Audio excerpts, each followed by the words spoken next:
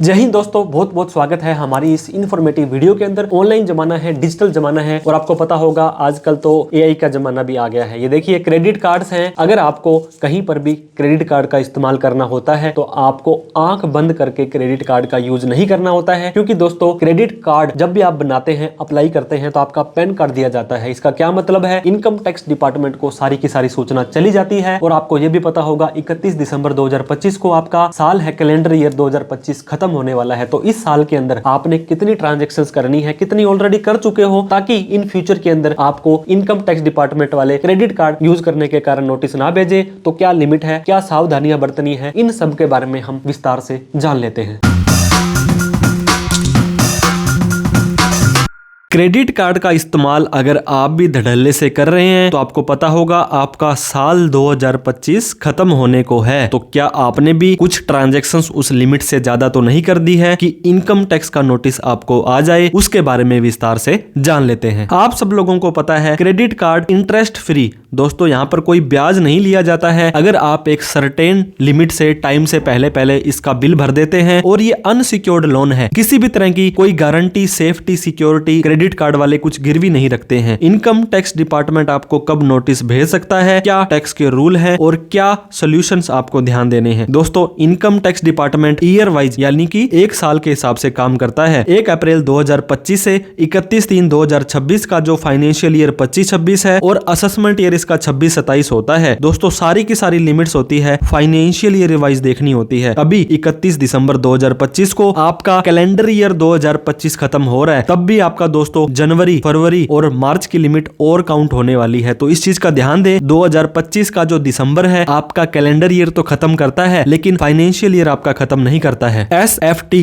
Statement of financial transactions, दोस्तों जब भी आप लेन देन करते हैं कहीं पर भी तो आपका पैन कार्ड वहां पे मांगा जाता है, क्योंकि इनकम टैक्स डिपार्टमेंट को आपके एक एक ट्रांजैक्शंस कैसे ट्रैक करेंगे? Income tax can not track each and every transaction. तो उन्होंने रिस्पॉन्सिबिलिटी लगा दी है रिपोर्टिंग एंटिटी की। दोस्तों क्रेडिट कार्ड का इस्तेमाल आप 1 लाख करें, 2 लाख करें, 3 लाख करें, दुनिया करती है, कोई दिक्कत वाली बात नहीं है। लेकिन एक लिमिट से ज्यादा अगर आप करते हैं तो इसकी सूचना उन्हें इनकम टैक्स डिपार्टमेंट को देनी पड़ेगी। बैंक हो गया, क्रेडिट कार्ड कंपनी हो गई, ये रिपोर्टिंग एंटिटी मानी जाती है, इनको रिपोर्ट देनी पड़ती है। आप दोस्तों अब खरीद लीजिए और बाद में पे कीजिए। मतलब आज आपने खरीदा, मान लीजिए 30 दिन का अभी आपके पास बिलिंग साइकिल का टाइम पड़ा है, तो 30 दिन ये और बिल जनरेट होने के बाद 10 से 15 दिन का टाइम मिलता है, तो 45-40 दिन का टाइम आपको मिल जाता है। अच्छी इनकम, अच्छे क्रेडिट स्कोर को ये हेल्प करती है। दोस्तों इन फ्यूचर में कोई बड़ा और भी आपने लोन वगैरह लेना है और क्रेडिट कार्ड आपने अच्छे से चला रखा है, यहाँ पे आपको दोस्तों बोनस भी मिलता है, रिवॉर्ड्स भी, पॉइंट्स भी मिलते हैं, कूपन भी मिलते हैं, बहुत तरह के बेनिफिट आपको मिलते हैं। कई बार तो आपको इंटरनेशनल ट्रिप तक भी मिल जाते हैं। लेकिन फिर मैं आपको बता दूं ये SFT हर ट्रांजैक्शन रिपोर्ट जो एंटिटी करती है वो आपके AIS के अंदर, EIS के अंदर और कई बार तो 26AS में भी शो हो जाती है। तब इनकम टैक्स डिपार्टमेंट दोस्तों जब आपके पोर्टल पर डेटा बोल रहा है, जब आप देख सकते हैं तो इनकम टैक्स वाले तो इससे ज्यादा ही देख सकते हैं। दोस्तों क्रेडिट कार्ड पेमेंट में क्या करते हैं आप? कोई लैपटॉप खरीदेंगे, कोई बिल भरेंगे बिजली का, या किसी भी तरह का ऐसा खर्चा करेंगे जो स्पेंडिंग्स होती है, लेकिन ये तो आपकी इनकम नहीं है, ये तो आप खर्चा कर रहे हो और टैक्स पे करना होता है आपको आपकी इनकम के ऊपर। Bill of credit card not always your income. दोस्तों अब आपकी सैलरी 1 लाख रुपए आ रही है और आप हर महीने 1 लाख रुपए क्रेडिट कार्ड का यूज कर रहे हैं, तो क्या दिक्कत वाली बात है? आपने अपना इनकम ही तो वहां पे यूज की है। आप बिजनेस इनकम भी दिखा सकते हैं दोस्तों, इसको इनकम फ्रॉम अदर सोर्स में भी दिखा सकते हैं। अगर आपने इन ट्रांजैक्शन से कुछ इनकम की है, इनकम फ्रॉम अदर सोर्स या बिजनेस स्लैब रेट के हिसाब से होते हैं। आपने क्रेडिट कार्ड के ट्रांजैक्शन से कोई इनकम कमाई है, वो आपकी दोस्तों कम है, 12 लाख रुपए तक है तो 0% है, 24 लाख से ज्यादा चली जाती है तो 30% का टैक्स भी देना पड़ेगा, और बाकी आपकी स्लैब रेट वगैरह कितनी है। तो दोस्तों आपको मैंने बताया क्रेडिट कार्ड का इस्तेमाल आप कर सकते हैं। उसका बिल कहां से भर रहे हैं? नो बैंक या credit card company will ask you source. एक क्रेडिट कार्ड कंपनी है दोस्तों, उसका आप इस्तेमाल करते हैं 1 लाख रुपए, 10 लाख रुपए, 1 करोड़ रुपए। अगर आप उस लिमिट के अंदर करते हैं तो क्रेडिट कार्ड वाले आपको नहीं पूछेंगे कि आपने ये बिल कहां से भरा था, पैसा कहां से लाए थे। लेकिन इनकम टैक्स डिपार्टमेंट को तो पावर भी है, उनको तो प्रॉब्लम भी है आपसे, और आपसे पूछ भी सकते हैं। इतना बड़ा बड़ा क्रेडिट कार्ड का ट्रांजेक्शन कर रहे हैं उसका आपके पास में क्या सोर्स है, क्या जस्टिफिकेशन है। दोस्तों बैंक या क्रेडिट कार्ड कंपनी वाले जब भी आपका क्रेडिट कार्ड अप्लाई करने आप जाओगे, पैन कार्ड के बिना आपका कार्ड नहीं देंगे। वो आधार कार्ड भी लेंगे, KYC भी करवाएंगे, OTP भी लेंगे। पैन कार्ड एक बड़ा हथियार होता है इनकम टैक्स डिपार्टमेंट का। जहां पर पैन कार्ड आ गया तो ये मान के चलें कि आपकी सूचना इनकम टैक्स डिपार्टमेंट को जाने वाली है। तो क्रेडिट कार्ड की रिपोर्टिंग बैंक है या क्रेडिट कार्ड कंपनी है, उनको बताना पड़ेगा इनकम टैक्स डिपार्टमेंट को SFT के माध्यम से कि एक व्यक्ति ने हमारे पास में एक फाइनेंशियल ईयर के अंदर 1 अप्रैल 25 से 31/3/26 पर पैन कार्ड के अंदर इस व्यक्ति ने एक लिमिट से ज्यादा का क्रेडिट कार्ड का बिल भरा है। मैं आपको फिर बता दूं दोस्तों, 31 दिसंबर 2025 को आपका कैलेंडर ईयर खत्म हो रहा है, फाइनेंशियल ईयर खत्म नहीं हो रहा है। क्रेडिट कार्ड का बिल अगर आपने भर दिया, दोस्तों बहुत सारे लोग पूछते हैं कि मैंने बिल जनरेट होने से पहले ही भर दिया, तो जैसे मर्जी भरें, लेकिन बिल तो आपने भर दिया। 10 लाख से ज्यादा का आप क्रेडिट से भरते हैं, ऑनलाइन भरते हैं, UPI से भरते हैं, या 1 लाख से ज्यादा का अगर आप नगद के अंदर क्रेडिट कार्ड का बिल भर देते हैं, एक क्रेडिट कार्ड कंपनी का या बैंक का, आपके पास 3 क्रेडिट कार्ड है, 9 लाख, 9 लाख और 9 लाख, तीनों का अगर आपने बिल भरा तो तीनों ही क्रेडिट कार्ड कंपनियां इनकम टैक्स को सूचना नहीं देने वाली हैं। एक बैंकर या क्रेडिट कार्ड कंपनी को नहीं पता कि आपके दूसरे बैंक में कितने क्रेडिट कार्ड हैं और उनका कैसे इस्तेमाल कर रहे हैं। लेकिन दोस्तों पैन कार्ड तो जुड़ा हुआ है सभी क्रेडिट कार्ड्स के अंदर, लेकिन फिर भी आपको अलग अलग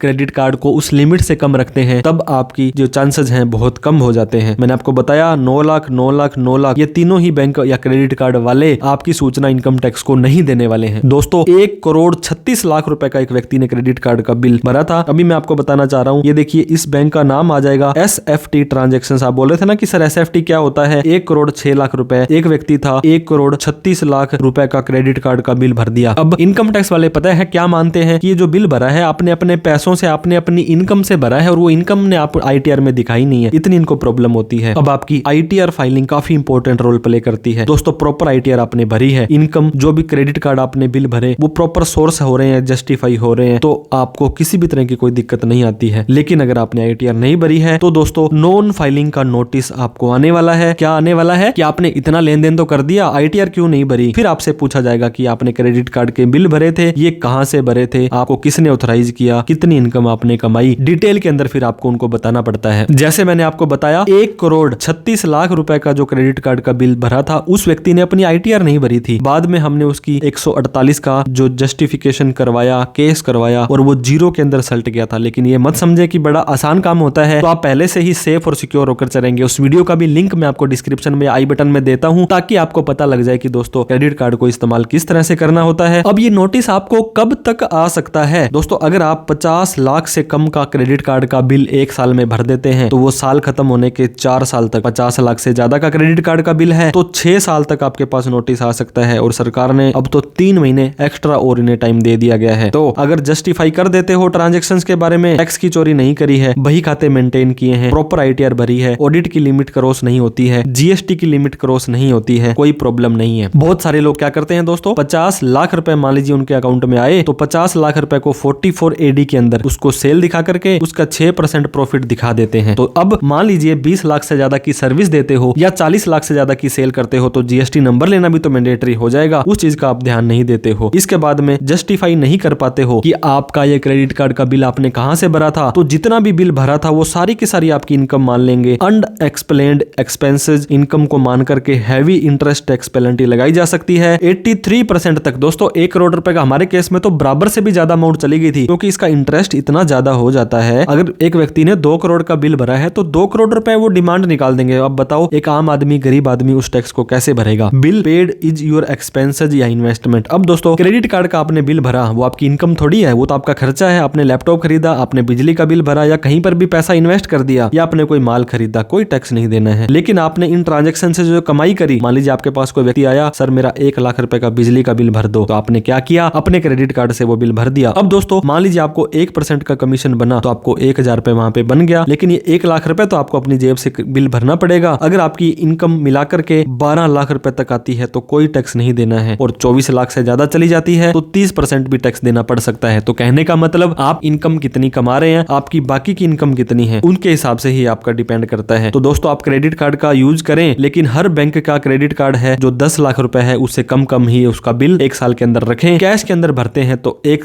लाख रुपए से कम का भरें। प्रॉपर ITR भरें दोस्तों, जितनी मर्जी ट्रांजेक्शंस करें, लेकिन आप उसका रिकॉर्ड तो रखें कि पैसा कहां से आया था, कहां गया था। बाकी चीजों के लिए मैंने इनकम टैक्स बता दिया। 4 लाख से ज्यादा इनकम होने पर ITR भरनी जरूरी है, लेकिन 12 लाख तक कोई टैक्स नहीं लगेगा। 20 लाख से ज्यादा सर्विस, 40 लाख से ज्यादा सेल पर GST, PF number, food licence, काफी तरह के रजिस्ट्रेशन होते हैं। आप ये लेन देन कर रहे हैं, उसके लिए आपको किसने ऑथराइज किया? क्योंकि ये क्रेडिट कार्ड जो होते हैं दोस्तों, ये पर्सनल यूज के लिए होते हैं, और आप पर्सनल यूज आपको पता है करते हैं, बिजनेस का यूज तब भी दिक्कतों का सामना करना पड़ सकता है। प्रॉपर रिकॉर्ड रखें कि आपने बिल कहां से भरा, गिफ्ट मिला, रिसीव्ड हुए रिलेटिव से, रिटायरमेंट के फंड थे, आपने प्रॉपर्टी बेची, सोना बेचा, चांदी बेची, या रेगुलर बिजनेस के एक्सपेंसेस हैं, उन सभी चीजों को आपको ध्यान रखना है। बिना मतलब का लेन देन ना करें। आप अपने यार दोस्त को कार्ड दे देते हैं, जो मर्जी करें दोस्तों, लेकिन आपके पैन कार्ड में शो कर रहा है तो आप ही की जिम्मेदारी होगी। साल खत्म होने के बाद AIS और TIS जरूर चेक करें। कैसे चेक कर सकते हैं, इसके ऊपर हमने डिटेल में वीडियो बना रखी है। प्रॉपर ITR भरें, प्रॉपर टैक्स भरें, लीगल रहें, लॉयल रहें। आपके अपने एक पर्सनल CA जरूर होने चाहिए, ताकि वो आपको समय समय पर गाइड करते रहें। ऐसा केस नहीं है तो मैं आपका छोटा भाई CA सुमित शर्मा हमेशा आप लोगों के लिए अवेलेबल रहता हूं। वीडियो अच्छी लगी हो तो लाइक करें। अभी तक हमें सब्सक्राइब नहीं किया है तो प्लीज सब्सक्राइब कर लें। एक व्यक्ति दोस्तों जिसने 3 क्रेडिट कार्ड ले रखे थे, 9,99,000, 9,99,000 और 10,01,000 रुपए। तो नंबर 1, नंबर 2 और नंबर 3 दोस्तों, क्या इनकम टैक्स डिपार्टमेंट को यह सूचना जाएगी तो कौन सी वाली जाएगी, हमें कमेंट करके बताएं। वीडियो अच्छी लगी हो तो दोस्तों हमें प्लीज अप्रिशिएट किया करें, हमारा हौसला बढ़ जाता है। लाइक, शेयर और सब्सक्राइब करना ना भूलें। Thank you so much for watching this video. जय हिंद, जय भारत।